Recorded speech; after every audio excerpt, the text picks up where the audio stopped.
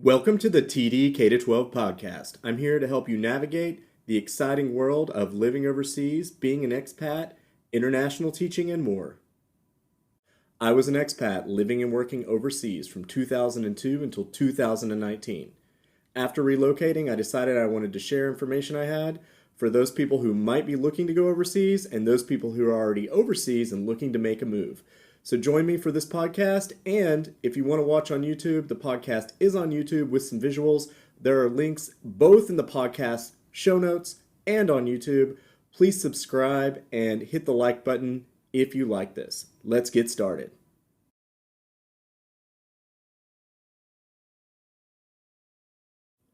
Today's episode, we are going to talk about recruitment agencies. I want to be clear that you should not start applying yet. We're not there. We're just going to review the agencies so you can start getting organized for your planning and your application process. I was going to bump this a couple of episodes down, but I've already had 2 or 3 people message me and ask me about recruitment agencies. So maybe it's a good time to do it, and this would end up being the 3rd episode of the podcast instead of the 4th or 5th. I want to be clear, we're not talking about job fairs and strategies at job fairs today. We're also not going to be discussing contracts. Each one of those is a separate episode. They're detailed. There's a lot of strategy in there, and we really just want to stay focused and make sure each part of the process is completed and completed well. One thing that I don't think most educators think about is how money works when it comes to recruitment. This is really important. When you're selling your house, you are usually using some type of realtor. Now, if you look at the statistics, if you have your own realtor and they approach listing agencies for you, you get a better deal than if you just go through a listing agent and use a recommended realtor that they have. And that's because if you have your own realtor, it's like having your own lawyer. You're paying them to look out for your best interest. Also, if you sell your house on your own and you know what you're doing, you're going to make more money because you're looking out for your best interest. So you need to understand how money works in any situation where you're dealing with a contract, and especially if you're dealing with any kind of agent or intermediary. In most cases, this is what happens. You might pay a variety of fees to access the jobs. That's one revenue channel for these agencies. But that's not their main revenue channel. In fact, some of them allow you to sign up for free and give you access to the jobs for free because they are charging schools for placement success. So every time they place a teacher through one of their ads in a school, they get money back from the school. Different agencies have different fee structures. Different jobs come in at a higher level. If the job recruitment goes on too long for any given position, then the schools will reach out to more agencies and they'll just keep diversifying the pool of agents until the job gets filled. So you need to keep that in mind. Now, I'm not saying they don't have your best interest at the heart of their business, but you really need to think about, do they have your best outcome at the heart of their business? When they're looking at, let's say, a grade 9 English teacher, that job is very standard across the same curriculum, meaning an American school looking for a grade 9 English teacher is going to have about the same requirements.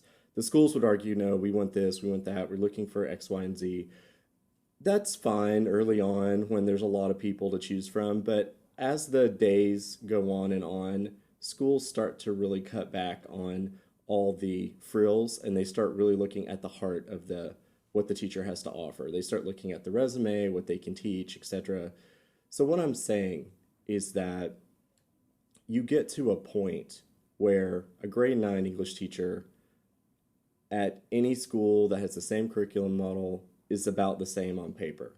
So your best interest would mean you've applied as a grade 9 English teacher and you want to work in American school. So yeah, they're going to make sure that's what you get. They're not going to encourage you to go somewhere else.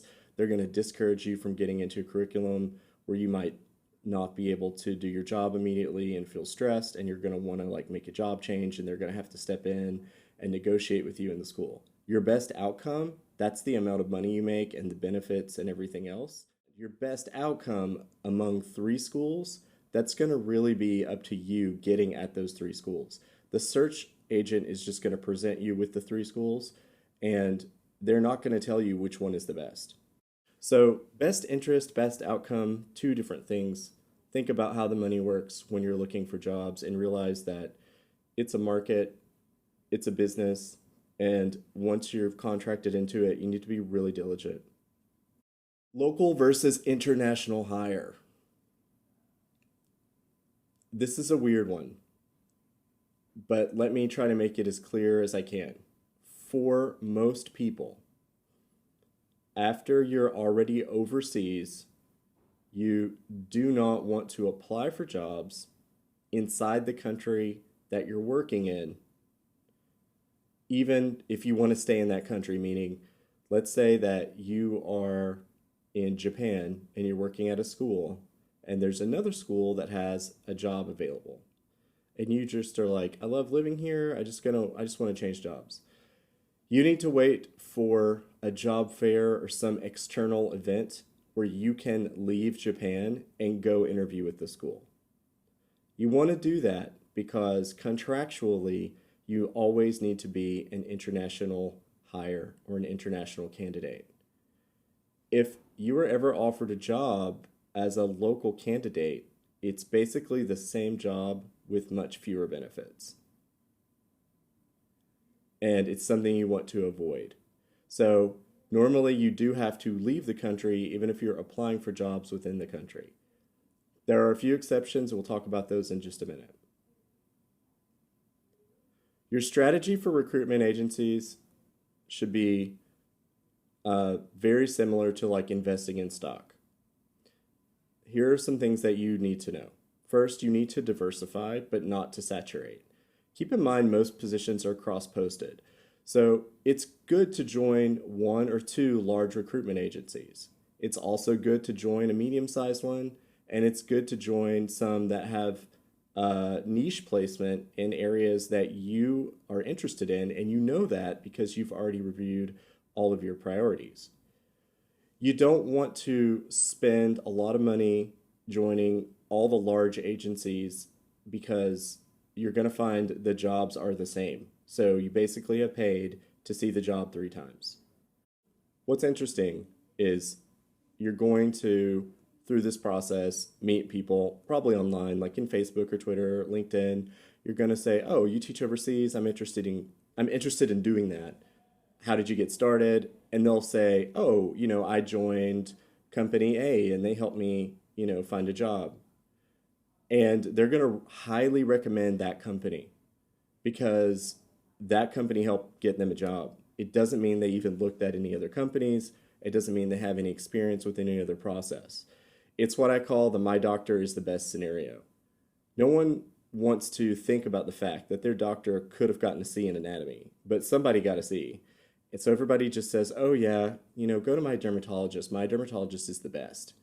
That's fine, but your dermatologist probably isn't the best. They're just a competent dermatologist, and you're lucky that they are. But when you're doing job recruitment, you might interact with these agencies once every 3 to 5 to 7 years. So you don't really know the people that well, and it's just best that you are representing your best outcome in the situation.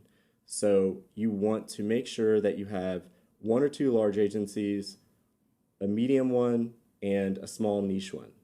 Now we're going to look at a quick overview of agencies. I'm going to go through some that you're going to come across through recruitment, and I would say if you choose 3 from this list, you're going to be successful in finding enough opportunities to give you some really good choices.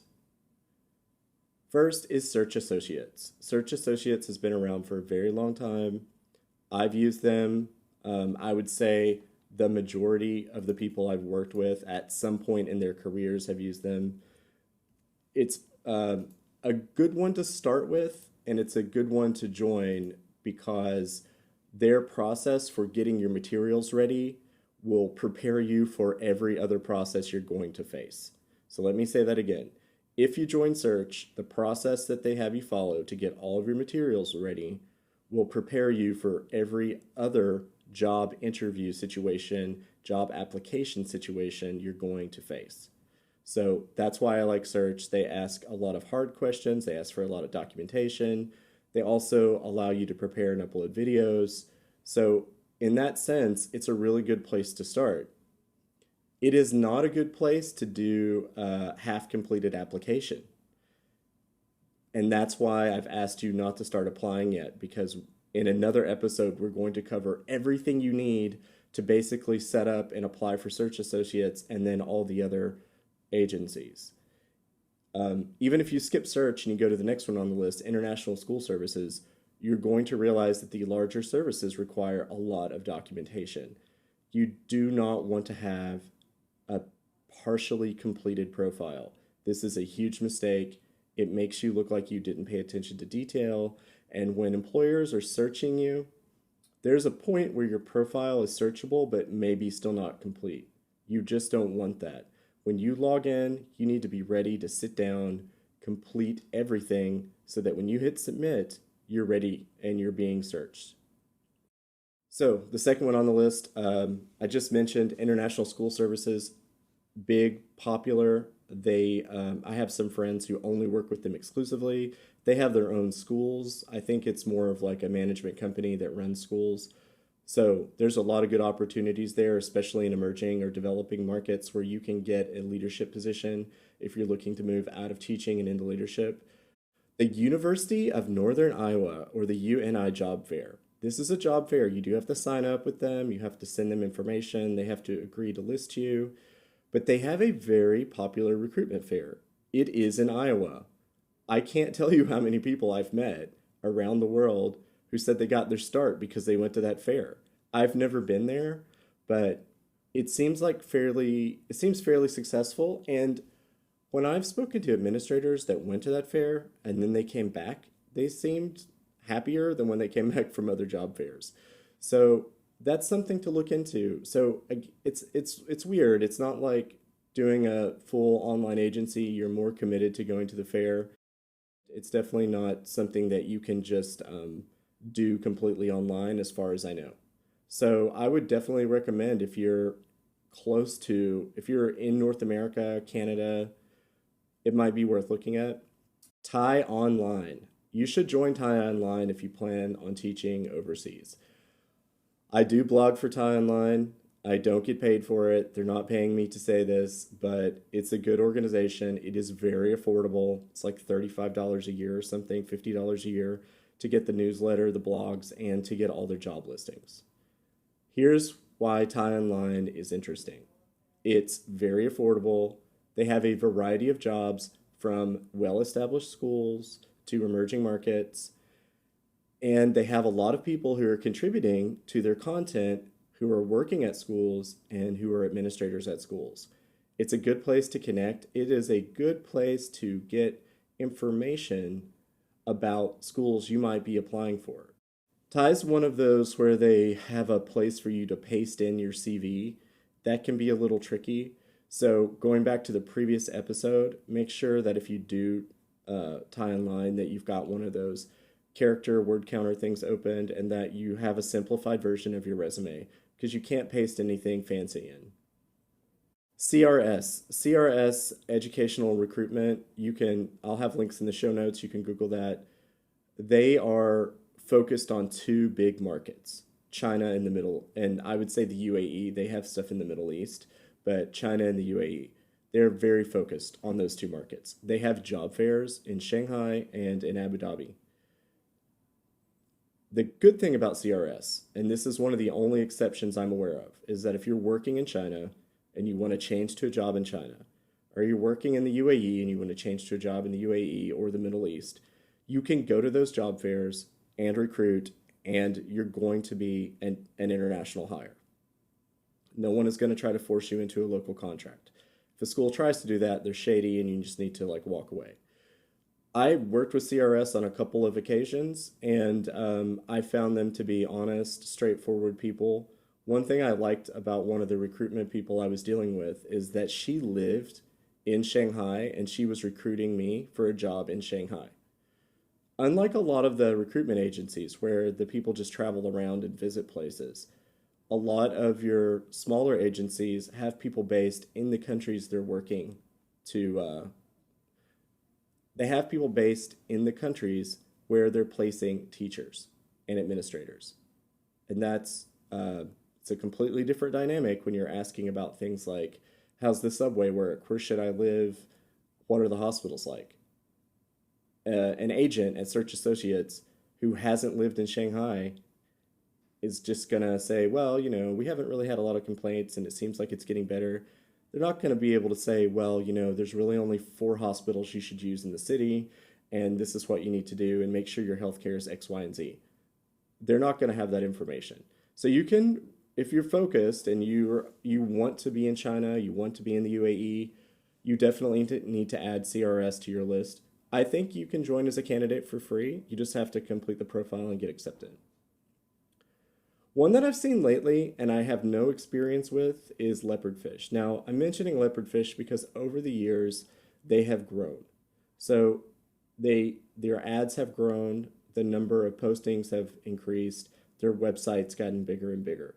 So that must mean that something's working.